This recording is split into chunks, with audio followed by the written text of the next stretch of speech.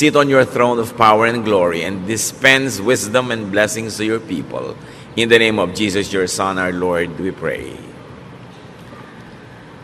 What is the gift of Jesus? The main gift of Jesus to us is peace.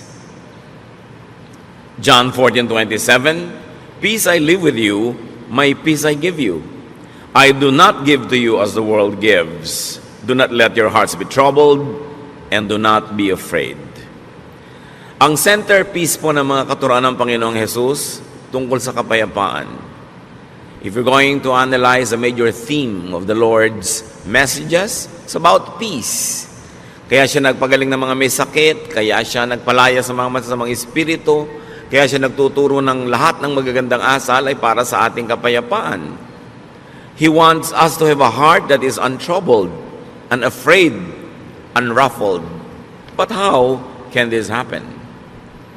When the Lord was born, angels came down to earth and sang glorious songs. Luke 2:13-15.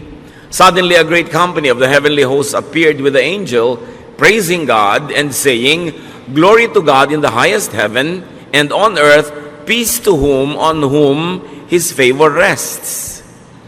Isang uri ng kapayapaan ang ibinibigay ng Diyos Ama sa langit sa pamamagitan ng Panginoong Jesus. But this peace is not for the whole world, not for everyone, but for select individuals. The gift of peace is sufficient for all, but not efficient for just anyone. Ito ay kasya sa lahat ng tao, pero hindi nagiging epektibo sa lahat. Kasi merong dapat gawin ng tao para tablan siya ng kapayapaan na ibinibigay ng Panginoon. And the way of Jesus to peace is to accept yourself and others. Gusto natin magkaroon ng kapayapaan na yan, gusto nating matahimik ang buhay, pero paano ba yun nangyayari? Dapat matutunan nating tanggapin ang ating mga sarili at ang ating kapwa. First, discover your wholeness and that of others. Isang malaking kasinungalingan, kulang ka, mali-mali ka, giba-giba ka, sira-sira ka. Is a lie when people are raised up to think that they are missing so many things in themselves, that they are damaged, and that they are nothing but a wreck. Genesis 1:27, so God created humans to be like Himself. He made men and women. So men are complete, women are complete, people are complete. They're whole, buo, hindi kulang. Essentially, hindi kailangang bawasan o dagdagan kasi napakaganda ng pagkakalikha ng Diyos sa tao. In spite of the much talked about imperfection, in spite of the sins we commit, we are wonderfully made. The foundation of the way we were created, the very foundation and frame of our being is wonderful. Psalm 139:14, I praise you because I am fearfully and wonderfully made. Your works are wonderful. I know that full well. So pinupuri daw nitong mga awit ang Diyos sapagkat ang pagkakalikha sa tao ay sobrang maganda, kahanga-hanga. At lahat ng ginagawa ng Diyos ay kahanga-hanga. There are two troubles, and we'll call them now troubles A and B. Trouble A is about us. It's about me. Trouble A comes when we consider ourselves incomplete. Nagsisimula ang gulo pagka ang trato mo sa sarili mo ay kay kulang. Trouble comes when we reject and do not accept ourselves. Yan ang malaking gulo. Pagka hindi mo matanggap ang sarili mo, tinatanggihan mo, tinatatwa, pinapalayas mo ang iyong sarili. When you deny and reject your genes, your looks, your unique giftedness and talents and circumstance and reality, trouble begins. Pero laging ganyan ay tinuturo sa atin ng lipunan, maging ng relihiyon. Kulang ka, mali ka, marumi ka, sira-sira ka, giba-giba ka. While up to a point that might be true because of sin, but the very foundation and frame of the human being as created by God is wonderful.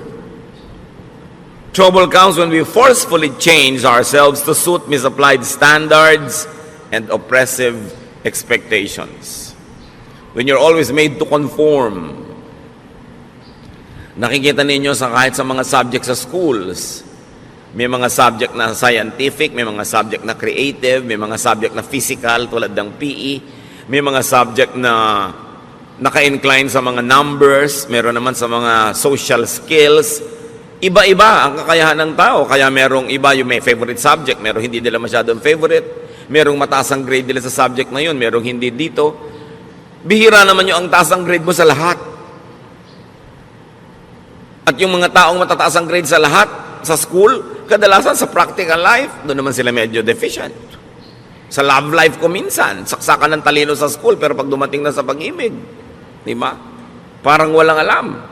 Kanya-kanya tayo ng specialties na ibinigay ng Diyos. At hindi mo dapat sinusukat ang sarili mo sa specialty ng iba. Hindi mo dapat kinukumpara ang sarili mo dahil lagi ka lang magiging kulang. Trouble comes when we depend on other people and other things to fill us up. Pag laging kulang ka ang iyong pagtingin sa buhay, ang mangyayari ngayon, sasandal ka at aasa ka lagi sa mga bagay at sa mga tao para ka laging maging kompleto.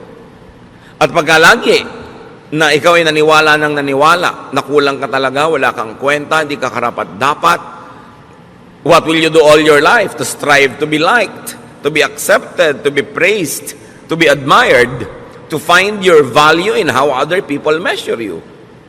Sa simula pa lang, it's headed for disaster. Kung nagsisimula ka pa lamang sa buhay mo, nang iniisip mo na agad, kailangan mo ng ganito, kailangan mo ng ganon, kailangan mo umasa kay kuya, kay ganito, kay ate. Dahil kulang at kulang ka, ano mangyayari? Lagi kang naiinggit, lagi kang maninibugo, lagi kang kulang. Sabi nga ni Shakespeare, desiring this man's art or that man's scope, with what I most enjoy, contented least. Lagi mong hinahangad yung talento ng iba, galing ng iba, yaman ng iba, at hindi mo makita yung mabuti tungkol sa iyong sarili. So ang lagi mo na lamang hinihingi sa mga tao, come into my life, change me, complete me, fill me, make me whole. At yan ang fantasy ng romance. When a girl is made to feel that she is nothing but a missing rib that has to be found. When a man is always to be made to feel that he has a missing rib that he has to find to complete him. As we have always emphasized, union in marriage makes you one with somebody in a partnership. But even before that partnership, even you don't have that partnership, you are one, you are whole, you are not one half. Yan ang fantasy ng romance at sometimes yan din ang fantasy ng religion. No? Nakalahati ka lang. No, nilikha ng Diyos ang tao buo. Kahit si Adan nilikha niyang buo. Sabi lang ni Lord, it's not good that he's alone. Pabigyan ng kasama para mag-enjoy. Pero isa siyang taong buo. Hindi niya kailangang umasa sa ibang tao para sa kanyang pagiging buo. Anong nagiging bunga pagka tayo ay laging umaasa sa iba? Dependence. And dependence brings about addiction. Kaya yung mga taong emotionally weak, mai-in-love sa isang tao, siyempre sa simula maganda yung pag-iibigan, pero kahit yung minahal niya naging monster na, naging halimaw, inaabuso na siya, kinakawawa, binubugbog, hindi siya makaalis. Kasi addict na siya. Kailangan ko ang tao to feel me, para niya ako pasayahin. Kailangan ko siya lagi. At pag lagi mong kailangan ng tao, what does it lead to? Possessiveness. And of course, possessiveness is caused by jealousy. Or it brings about further jealousy. Kaya yung mga taong sobrang kailangan ng kapwa, tao seloso. Huwag kang tumingin sa kanya. Huwag kang makikipag-usap doon. Sa akin lang, sa akin lang. Kasi pag nawala ka sa buhay ko, hindi ako mabubuhay. Isang malaking kasinungalingan. Pinanganak nga, wala yung taong yan eh.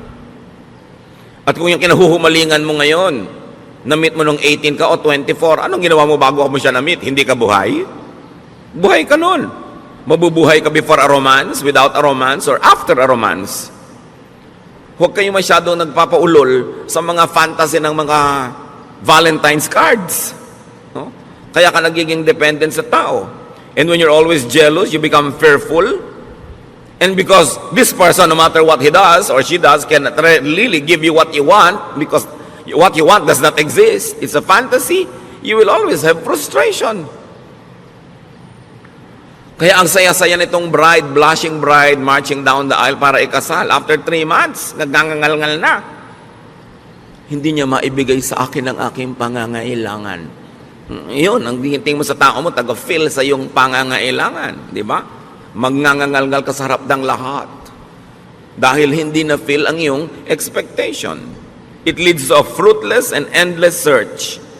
And it leads to a symbolic hell or evil spirits in your life. Trouble B is about the other person. Remember yung trouble A, kulang ako, punuin mo ako, kailangan kita. Trouble B naman comes when we consider others, especially people close to us, as incomplete and substandard. Daddy, kulang ka. Husband, kulang ka. Kailangang punuin kita. Wala kang utak. Ako ang may utak. Ilalagay ko yung isip ko sa loob ng utak mo. Diba?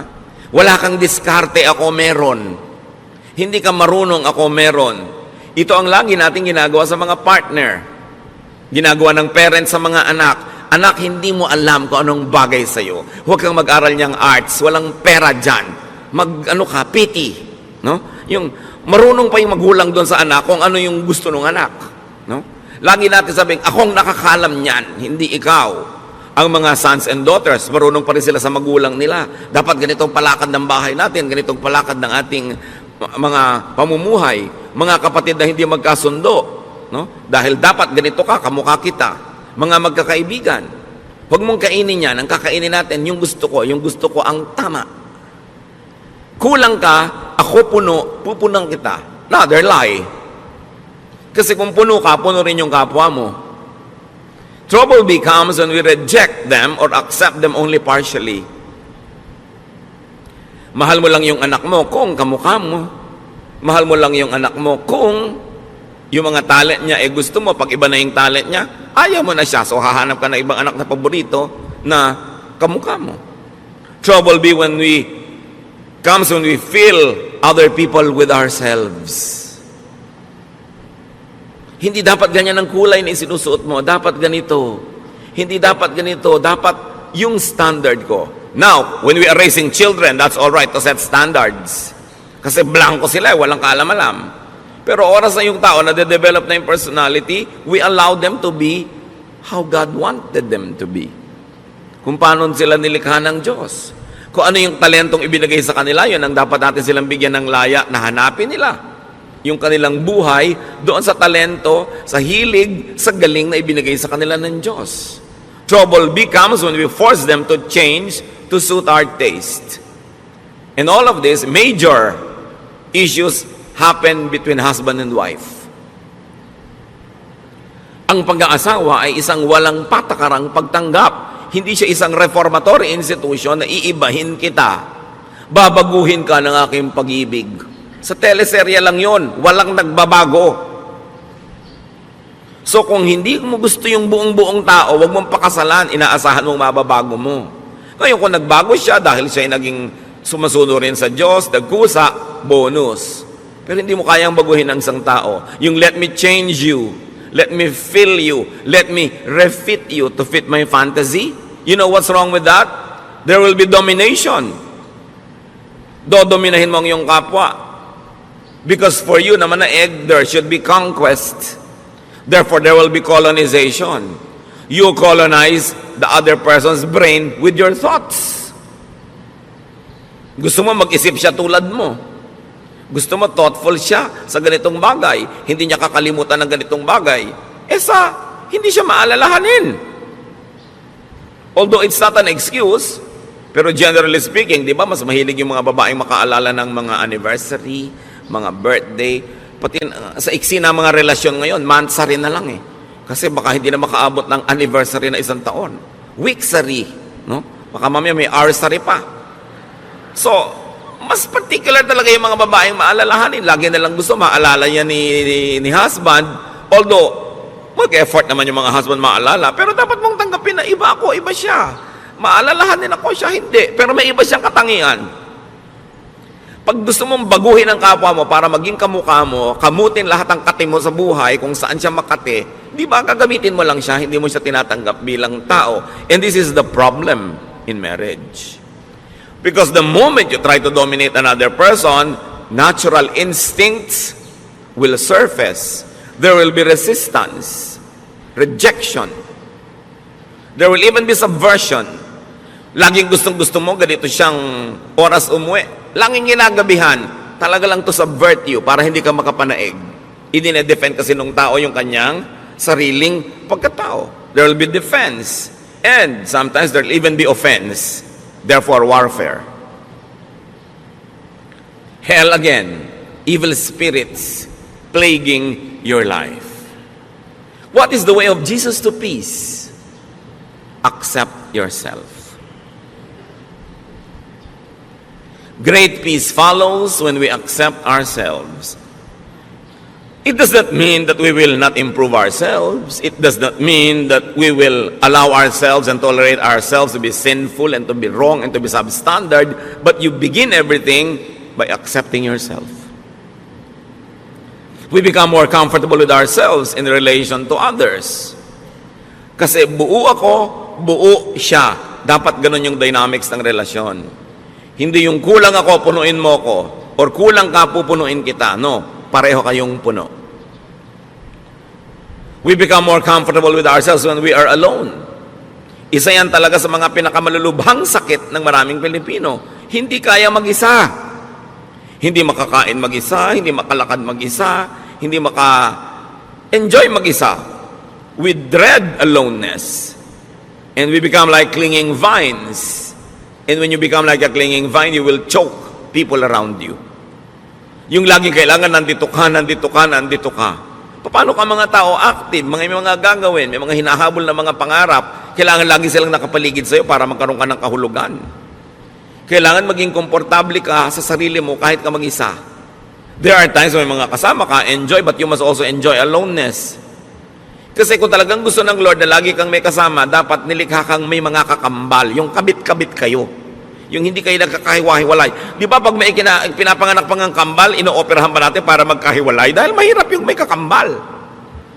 Ngayon, kung may kakambal ka emotionally, hindi ka na inom ng masarap na inumin kung hindi mo kasalo sa iisang straw ang kung sino man. Di ba? Miserable ka nun. At gagawin mo rin yung taong miserable dahil lagi mo siya kahanapin, nandiyan ka kasi iinom na ako. Kailangan matuto rin tayo ng healthful aloneness. But when you cannot accept your own self to be your own companion, how can you be a companion to others? Kailangan yun ang sanayin natin. Walang mga tao ngayon, I will enjoy this alone. Kasi yung paghahanap ng kasama ko minsan ng malaking kapahamakan, kahit sino na lang tuloy na pwedeng sumama, isasama, para huwag lang mag-isa. Self-acceptance is the foundation of self-love and self-appreciation. Hindi yan masama. Anong sabi ng Panginoong Hesus sa Mark 12:31? Love others as much as you love yourself. No other commandment is more important than this. So we are not being forbidden to love ourselves, but we are only being reminded, yes, love yourself, but in the same way, love others also. Huwag yung love yourself lang and forget others. At hindi naman love others only and forget yourself. Pareho yun na mali. Irespeto mo ang kapwa mo, irespeto mo rin ang sarili mo. Hindi naman yung binabastos ka na, ang respeto mo pa. Hindi ka na nire-respect. Mahal mo ang sarili mo tulad ng pagmamahal mo sa iba. Why? Because you cannot give what you do not have. How can you understand others when you don't understand yourself? How can you be kind to others when you're not kind to yourself? How can you love others when you don't love yourself? Self-acceptance is the foundation of self-tolerance. At mahirap to be intolerant to your own self.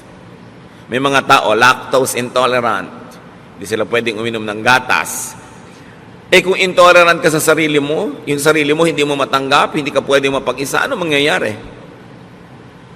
And self-acceptance is the foundation of genuine self-forgiveness.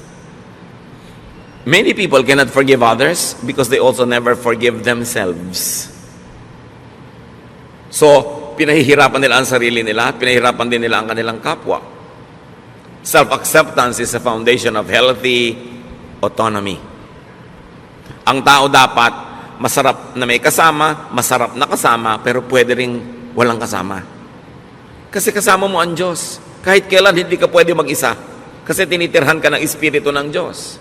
Kumisan nga, lagi ka may kasama, hindi ka na tuloy magkaroon ng oras sa makipagsarilinan sa iyo ang Diyos dahil laging may abala.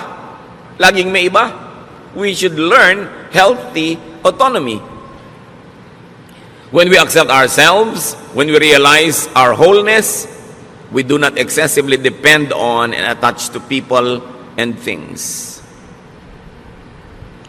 We socialize, we enter relationships for additional enjoyment, for mutual upliftment, not for dependence. Dapat papasok ka sa relasyon, makikipagnobyo ka, mag-aasawa ka, makikipagkaibigan ka, hindi para ka may sandalan at hindi rin para meron kang buhatin. Pareho kayong nakatayong mag-isa, nabubuhay, gumagawa ng paraan, naghahanap buhay, nag-aaliw sa sarili, nagpapasaya sa sarili, nagpo-produce sa mga bagay. Tapos, you share for enjoyment. You share for additional happiness and additional joy and pleasure. Pero hindi ka nakikipagrelasyon para kasumandal o sandalan. Nagtutulungan kasi pampadagdag sa buhay. You are a whole, wonderful. You are an individual, an autonomous unit. Kita ninyo, bakit sabi nila marami daw ng mga Pilipino nag-i-enjoy ng close family ties? Bakit daw ang mga communities natin close ang ating mga relationship? Poverty forces us to be close. Siyempre, kailangan mo makisama sa kapitbahay mo dahil pagka nanganganak yung asawa mo sa madaling araw, makikisakay ka sa tricycle ni Mang Tomas. So pagka naglilinis si Mang Tomas, tutulungan mo siya. Ang ganda ng samahan nyo. Pero subukan mo, lahat kayo may kanya-kanyang tricycle. Ganun ka pa rin kaya ka nice?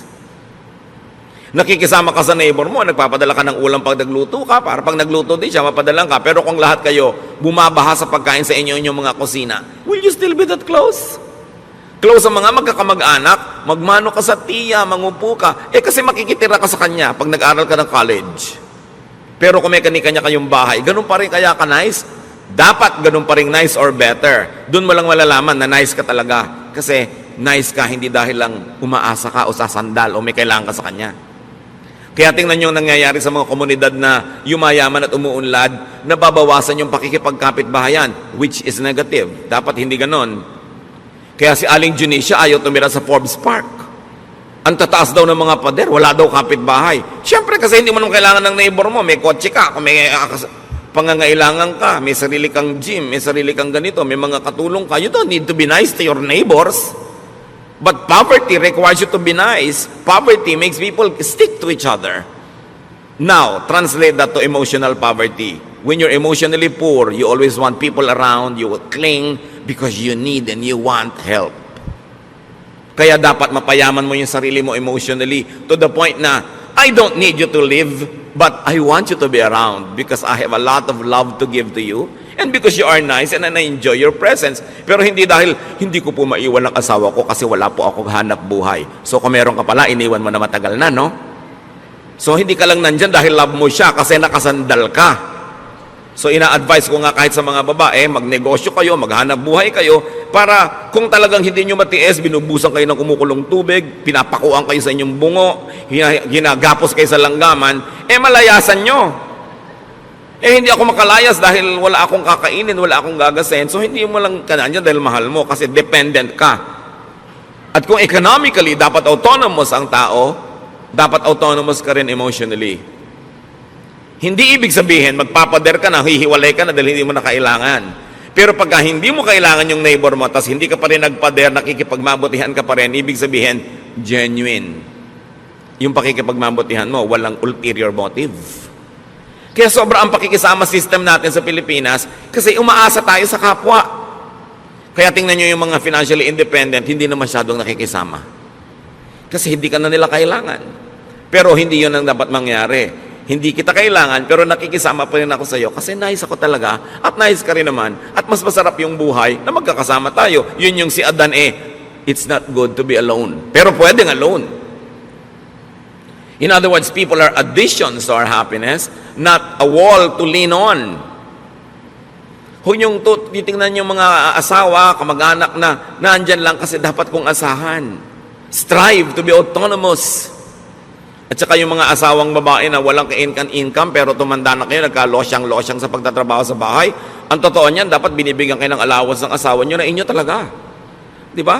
May allowance sa mga bata, but ang wife walang allowance. Ang ibinibigay mo, pamalengke. That's for all. Eh, yung siya, paano?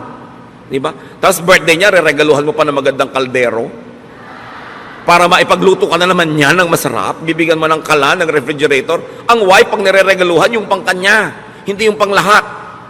Kasi regalo mo rin sa sarili mo yun kung kalan. Diba? Kailangan yung pangkanya. At kung sasabihin, ako naghahanap buhay, subukan yung mga wives, huwag kayong gumawa sa bahay. Kung may isuot yung mga asawa nyo pagpasok sa opisina, kumedat ng pagkain, siya ang magbayad ng mga Meralco, pumila sa mga bayarin na tubig, subukan nyo. Kaya dapat yung mga wives, may sariling allowance yan. Para hindi naman kung bigla gusto kayong layasan, walang pamasahe. Gusto magpakamatay, hindi makabili ng lason. Kasi talagang walang kapera-pera. You should strive to be autonomous. So that you say, husband, I stay because I like, not because I need you. Not because I depend on you. It's a distorted kind of relationship. So poverty reduces people. Emotional poverty also reduces people. Kaya dapat pinapaunlad mo yung buhay mo economically, pinapaunlad mo yung buhay mo emotionally, kaya mong tumayo sa sarili mong mga paa kasi nilikha ka ng Diyos buo. Tingnan niyo yung babae na nakapanayam ng Panginoon sa balon. Paborito kong karakter na to kasi yung buhay niya talagang tayo yun John 4:15-18.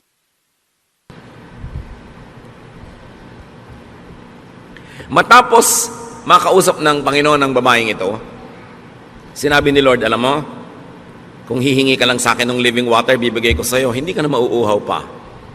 The woman said to him, Sir, give me this living water so that I won't get thirsty and have to keep coming here to draw water. He told her, Go, call your husband and come back. I have no husband. She replied. Jesus said to her, You are right when you say you have no husband. The fact is, you have had 5 husbands, and the man you now have is not your husband. What you have said is quite true. Bakit inungkat ng Panginoon yung tungkol dito sa mga lalaki sa buhay ng babaeng ito? Kasi sabi ng babae, bigyan niyo po ako ng living water. Yung hindi na ako mauuhaw uli. I want this living water so I won't have to be thirsty again. So the Lord had to tell her what she did not need. The point Jesus was making, the woman had been deceived into believing that she was incomplete and that she needed men to complete her. Sabi niya, gusto mo maging complete? O, tanggalin muna natin yung mga abala sa utak mo. Tawagin mo yung asawa mo. Yung wala po ako asawa. Tama ka. Kasi yung 5 lalaki nagdana sa buhay mo, hindi mo mga asawa. At yung lalaki ngayong nasa buhay mo, hindi mo rin asawa. Bakit ang dami mong lalaki sa buhay? Kasi akala mo, hindi ka mabubuhay ng walang lalaki. Kaya nakaka-anim ka na. 30 years from now, siguro magiging 4 na po na yan. Hanggang kaya siguro ng naturalesa mo, dadami pa yan ng dadami hanggang magkalasog-lasog ka na. Tapos mamamatay ka na lang, hindi mo pa nakita yung hinahanap mo. Kasi akala mo, makikita mo sa romance. Sabi niya, ang tunay na kailangan mo, nasa kalooban mo lang, kailangan mo ma-rediscover dahil yung tubig na yun, nasa loob mo, bukal. Tanggalin mo yung bara para bumalong, lumabas yung tubig, at hindi ka na mauuhaw kahit kailan. Huwag kang umigib kung kani-kaninong balon, sumalok kung saan sa ang ilog, kasi lagi ka lang mauuhaw. Because you think that you need people to fill you, it leads to addiction, and it becomes hell. Iba-iba lang tayo ng mga addiction. Yung iba ang addiction nila, bag. Umaapaw na yung bahay nila, wala ka na matulugan sa dami ng bag ni Mrs. No? Hindi na sila makapamili ng masarap na pagkain dahil puro bag. Kung pwede lang sanang isigang, iihaw, ilagay ang mga bag na yan. Busog pati kapitbahay.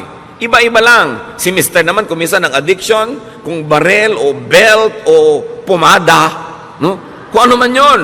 Kanya-kanya tayo ng mga addiction. There's a sense of incompleteness. An addiction to things and to props and to money. Luke 12:15, then he said to them, Watch out, be on your guard against all kinds of greed. Life does not consist in an abundance of possessions. Kaya alam nyo, ang buhay, hindi yan pinupuno ng mga ari-arian. At yung possessions na yan, bagay man o tao, tulad ng babae na to, nakakaanim na ng asawa. Sabi, hindi yan ang buhay. People get deceived that they need many things to be whole. Kaya may mga kolekta ng kolekta. Pag tumanda naman, hindi malaman kung kanino ipapamana. Kaya kailangan branded signature accessories. Kailangan expensive bag and shoes. Estudyante, wala pang trabaho. Ang gusto pa yung cellphone, yung ang mahal-mahal. Yung may lumalabas na bread toaster. Anak, wala ka pang kita. Ang yabang-yabang mo na. Tapos yung kayabangan mo, mga estudyante rin tulad mong wala rin kita. Ba't mo kailangan yan? Para kasikat? Marami mga tao, kailangan naman nila bahay. Kailangan ganda-gandang bahay. Napunta na sa bahay lahat ang kinita. Wala nang pinuntahang iba. O kotse. O kuminsan naman, hindi ka masaya sa height mo, talaga naman kahit na madapa ka na, high heels. Kulang pa yung heels dun sa takong, kailangan lagi pa na mag-heels sa toes, kaya talaga nakatungtong ka na halos sa isang hollow blocks. Hindi ka na makalakad. Yung iba talaga hindi kontento sa ilong nila, kailangang taasan, kailangang kitiran, kailangang bawasan ng panga, kailangang bawasan ng baba, kailangang liitan ng mata, etc., etc. Laging kulang. Sign that you don't accept yourself. Ayun, hindi naman masama yung up to a point, a little improvement here and there, pero nanganib na yung buhay mo at namatay ka na sa operating table dahil bina-vacuum ang mga body parts mo, parang dangerous na yun. Ano sabi niya sa 1 Peter 3:3-4? Don't depend on things like fancy hairdos or gold jewelry or expensive clothes to make you look beautiful. Kita nyo yung look. Actually, hindi ka beautiful. You only look beautiful. Sabi niya, be beautiful in your heart by being gentle and quiet. This kind of beauty will last, and God considers it very special. Huwag nyo namang lihim tanggalin yung mga baon-baon yung hikaw. Hindi naman masamang maglagay, pero sabi, huwag nyong iasa ang kagandahan nyo dyan sa mga yan. Kayo, maganda na yung karakter nyo, meron pa kayong konting pampa-enhance, nice. Pero kung nagiging mitsa na ng inyong buhay, ang hirap-hirap magbayad at hulugan, titigilan nyo ang mga kahangalan na yan.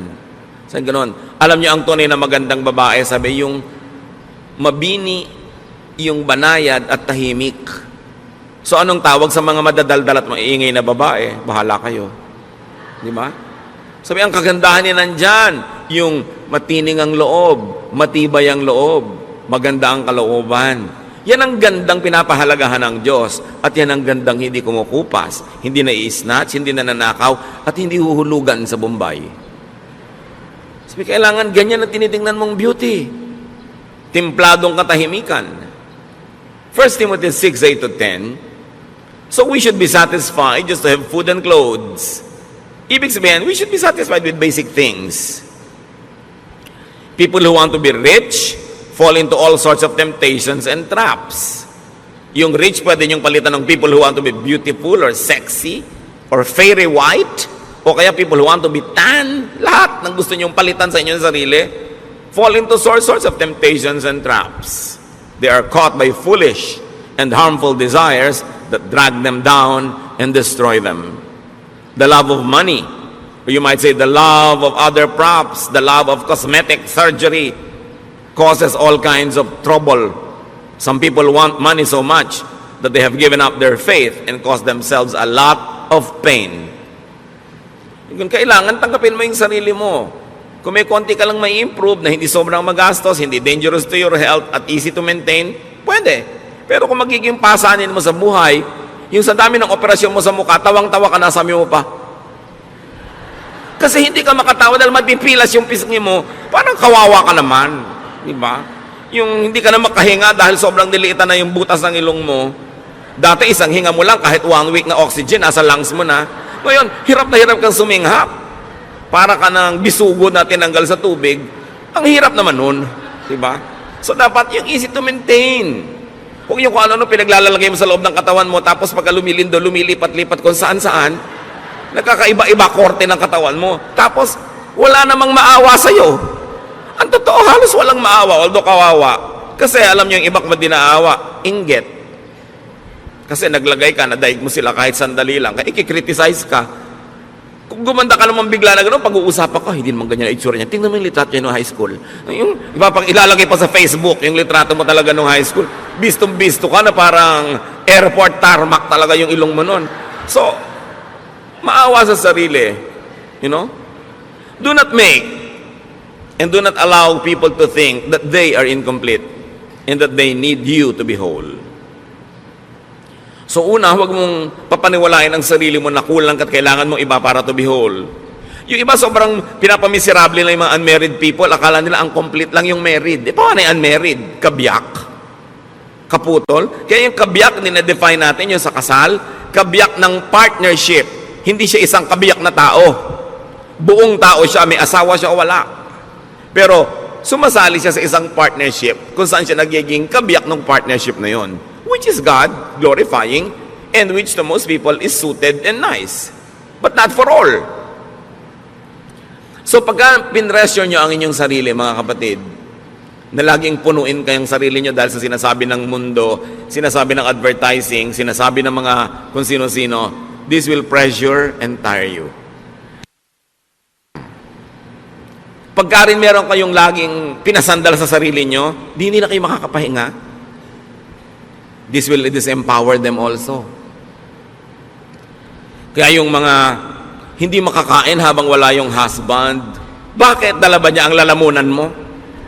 Diba? Yung ano yan blackmail para umuwi ka sa oras, which is good. Nag-asawa ka rin lang, uwiin mo na maaga para sabay kayo, pero hindi naman yung talagang nakaabang doon at may kandila pa to make you feel guilty dahil wala ka pa. Paano kung talagang wala ka pa, may kailangan kang gawin? Minsan yan mga blackmail na lang no? Minsan, ang sarap siyempre nung family, kumakain lagi sabay-sabay, very ideal, parang sine. Pero sa tunay na buhay, siyempre may nata-traffic, may nag-overtime, merong may kailangan gawin. It can be very oppressive pag laging gusto nyo yung mga ganun seremonya. Masarap yun paminsan-minsan at pag natural at likas, pero pag pilit na, it becomes oppressive. Pag laging ganun ang pamamalakad mo sa iyong pamilya, anong gusto ng mga anak mo lahat? Makawala, mag-asawa ng maaga, tumakas, para lumaya. Kasi maraming opresyon.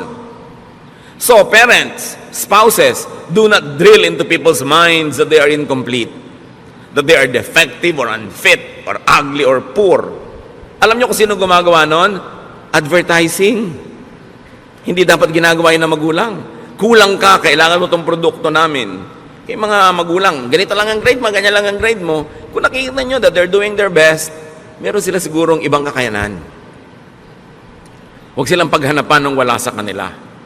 So, to have peace, accept others. Romans 15:7, accept one another, just as Christ accepted you. Kung paano ko tinanggap ng Diyos, warts and all, walang patakaran, buong pagtanggap, ganun daw ang gawin mong pagtanggap sa kapwa. But instead of accepting others, we insist on reforming them. It's God's work, not our work. And we reject them when they don't comply with our specifications. Kaya marami mga tao, lumalaki sila emotionally sick because their own parents reject them. They are compared with another sister or a cousin or a classmate or a neighbor and they feel rejected. And once rejected, people also tend to reject others because they become defensive. Kaya ang dami mga tao emotionally poor. Kaya yung mga nare-reject na ganyan, meron lang isang magpakita ng konting kabaita na regaluhan ng chok ng 3 araw na sunod-sunod na in love na. Paano? Uhaw na uhaw sa acceptance. Bakit yung maraming mga anak nahuhumaling sa mga kabarkada? Because they are accepted. Madalas naman kasi yung basis ng acceptance nila, mali, no? Kahit ano na lang, mas baliw ka nga, mas accepted ka, mas sikat ka. That's a wrong kind of acceptance. But nevertheless, what does it tell us? Our kids want to be accepted.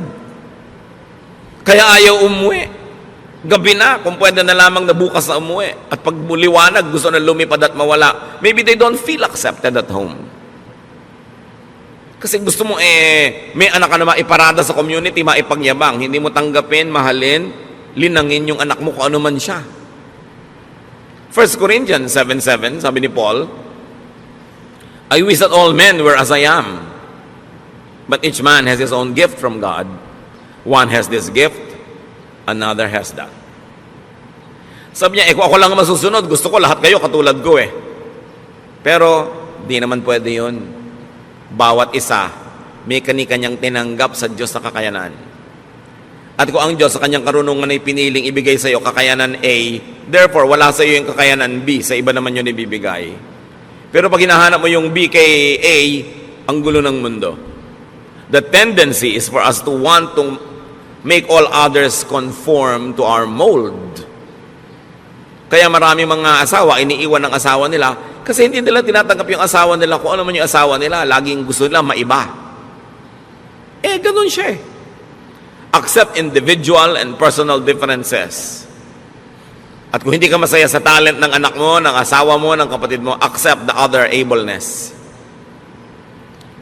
Lahat ng tao may abilidad, may ability. Kailangan lang tanggapin mo kung ano yung kanya. Huwag mong pilitin na yung anak mong ayaw mag-dentistry ay maging dentist tulad mo. Nagmana siya siguro sa ibang lolo, sa dinami-dami ng lolo at lola sa inyong genetic pool, hindi naman laging sa'yo lang kukuha yan. Romans 14:1, accept him whose faith is weak, without passing judgment on disputable matters. Here, sabi, accept religious differences. Accept spiritual differences. Not everybody is as mature as you. Not everybody has the same tendencies to apply a biblical verse the same way as you do. Sabi dito sa Romans 14:1, tanggapin niyo yung pagkakaiba-iba maging sa inyong spiritualidad. Hindi pwedeng uniform. Kasi iba-iba nga ang tao, iba-iba ang fingerprint. Romans 12:10, love each other and honor others more than you do yourself. So, find, accept, celebrate, and honor the true, the good, and the beautiful, so to speak, in every person. Bakit hahanapin mo yung iba, yung wala?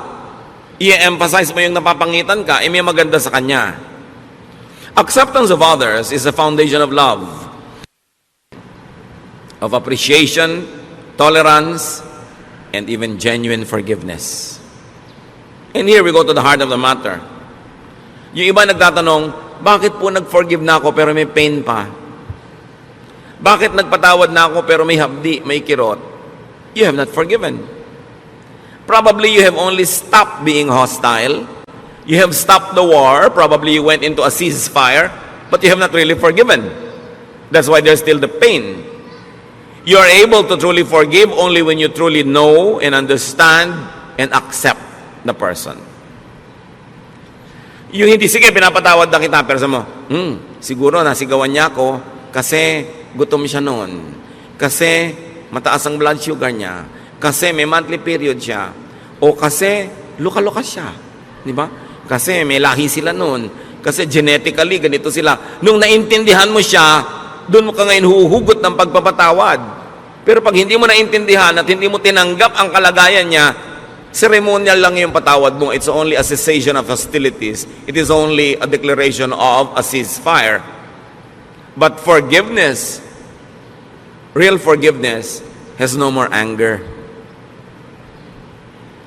Well, you can be cautious. Hindi naman ibig sabihin you forgave, you forgot to be cautious na. You might want to avoid being the victim again because you're cautious, but no ill feelings. Siguro iiwasan mo na maulit o mabigyan siya ng chance ulitin yon, pero wala ka ng hapdi kasi naunawa. Kaya maraming magulang, kahit ang tingin ng mga ibang tao sa anak nila kriminal, mahal pa rin nila. Hindi, ang bait-bait ng anak ko. Kasi pinapanganak pa lang yon, pinaglilihi pa lang, tinanggap na talaga nung ina ko yung buong buong-pagkatao ng anak. Kaya pagka halimbawa, ang sungit-sungit ng anak, kasi alam niyo nung bata, nahulog yan sa duyan. Nahulog lang, naging ganyan. Galing sa 7th floor. Okay. So, naintindihan ko yung anak ko. So, intindihin nyo. Kaya hindi halos maubos ang pagpapatawad ng magulang sa anak kasi iniintindi. Kasi tinatanggap. So, kung may papatawarin kayo, huwag lang sabihin, sige, papatawarin na kita, tama na, tigil na. Unawain nyo yung buong dahilan kung ba't niya nagawa yung nagawa niya. At pag naunawa nyo yun, baka maawa pa kayo, mamahalin nyo pa. Ganun ang pagpapatawad ng Diyos. Dahil kilala tayo ng Diyos, alam niya yung genetic makeup natin, alam niya yung emotional and chemical situation ng buhay natin the moment that we run short of God's glory. That's why God understands, God forgives, and God loves. Kaya ang sabi, as God forgives you, you forgive one another. Para hindi yung nagpatawad ka kunwari, pero may dala ka pa rin dito, nakabaon. Pagka nakante, pagka na-provoke, lumalabas uli. Kasi hindi nang unawa. That is why many people forgive, yet remain angry. There is no acceptance of the other person. Therefore, no forgiveness. Therefore, no peace. Ang tunay na pagpapatawad, nangyayari lang pagka tinanggap mo at doon ka lang nagkakaroon ng tunay na kapayapaan. How does that happen?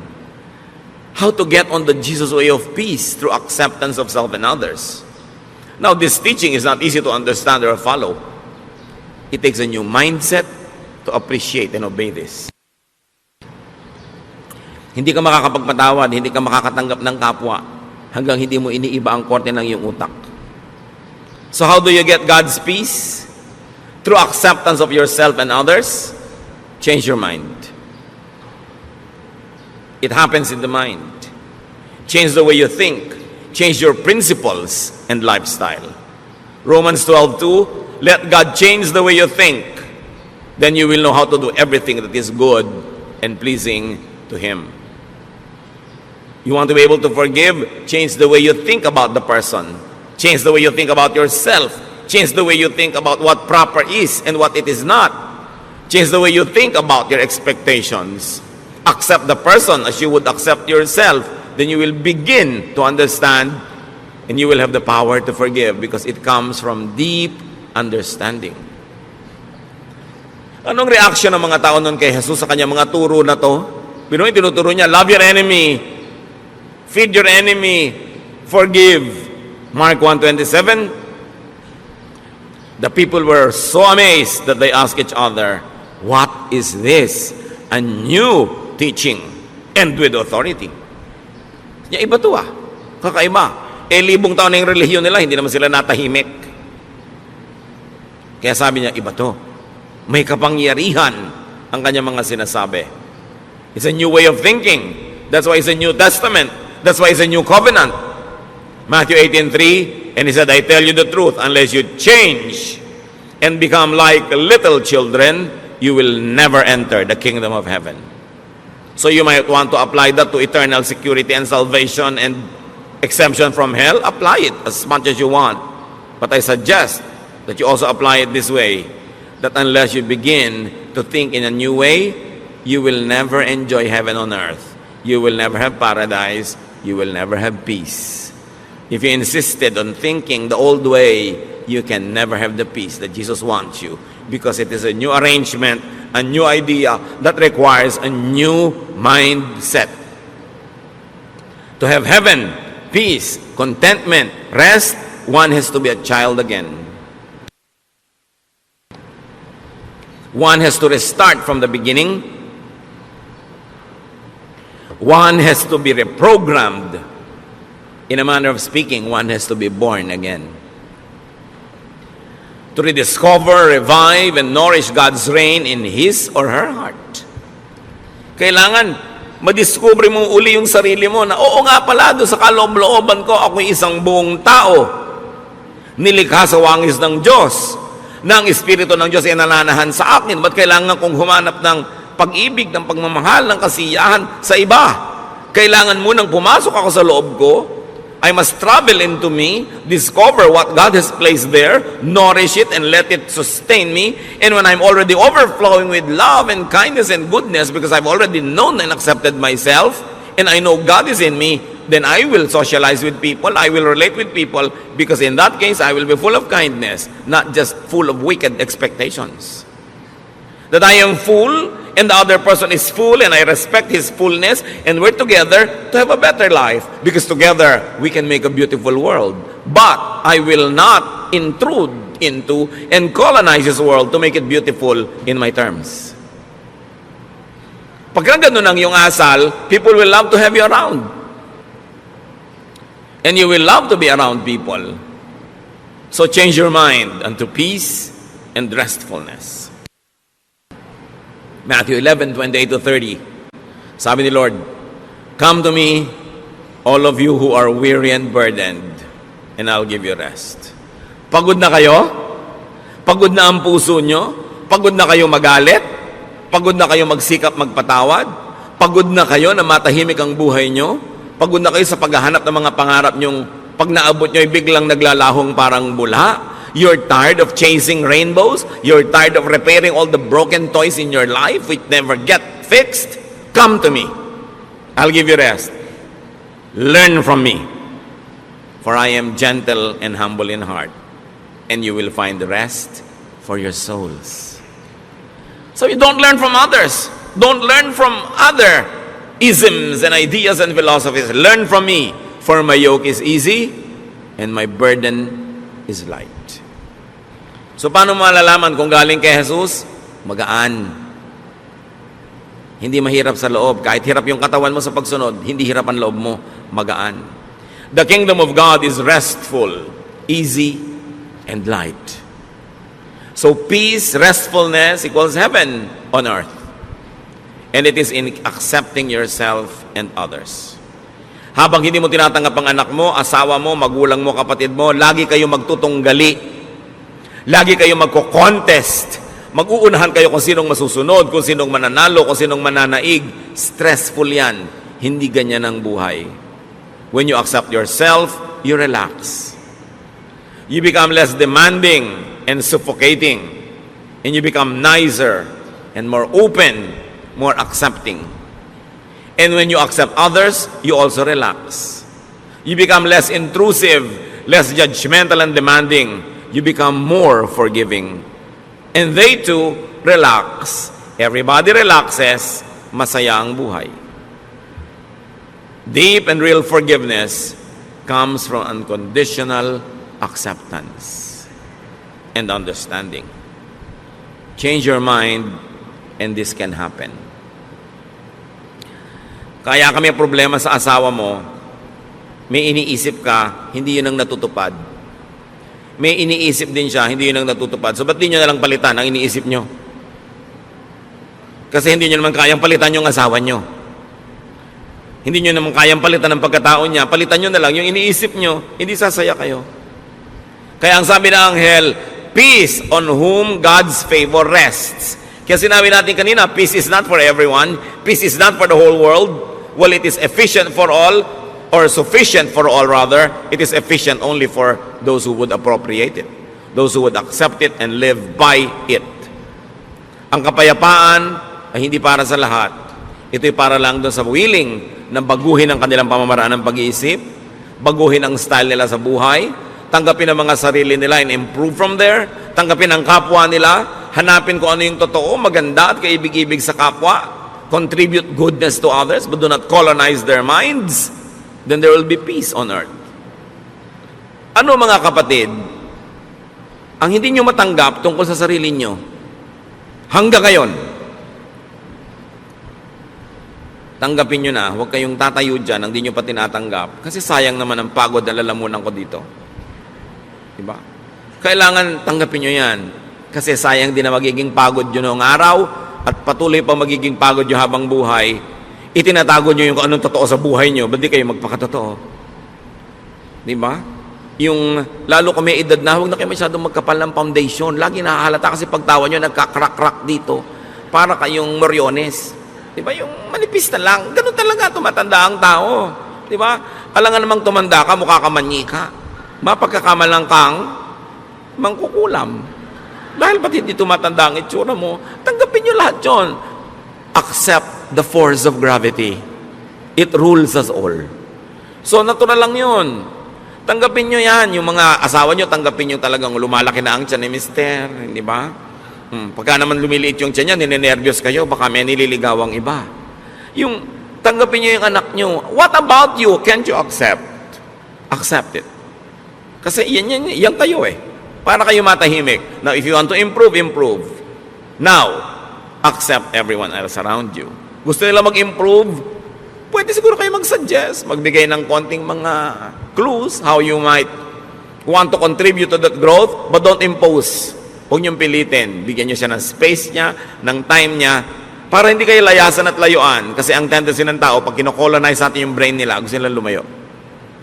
Kaya maraming maaga nag-aasawa, walang kamalay-malay yung magulang, gusto lang pala talang takasan ng anak nila. Hindi lang maamin. Kasi nadodomina, napipilipit sila, yung nawawalan sila ng pagkatao, ginagawa sila mga manika, ginagawa sila mga puppet. Kailangan palayain mo ang kapwa mo, kahit mo siya pakain, kahit mo siya dependent. Dahil lahat naman tayo, pakain lang ng Diyos. No? Talagang lahat naman ng mabubuting bagay sa Diyos din ang gagaling. So, dapat I volunteer to accept you. Hindi yung you must accept me. Baligtad yun, ha?